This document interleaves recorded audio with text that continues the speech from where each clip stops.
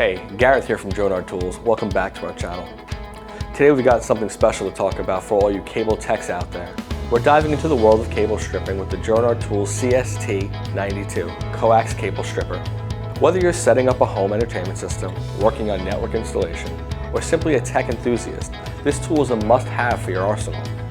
Designed to strip RG49, RG6, RG6 Tri Quad Shielded, N48, RG7, and RG11 coax cables, here are some of its standout features. The included blade cartridge provides a two-level strip for F, B and C, and RCA connector termination. It's also reversible for ambidextrous usage. The hook and loop strip on the side of the tool folds back braided shield on the cable with ease. The stripping action removes 1/4 inch of jacket and 5/16 of the shield in dielectric, which expose the center conductor. And the large finger loop provides smooth rotation during use. Now let's put the CST-92 to the test on this RG6 cable and demonstrate how effortlessly it can strip.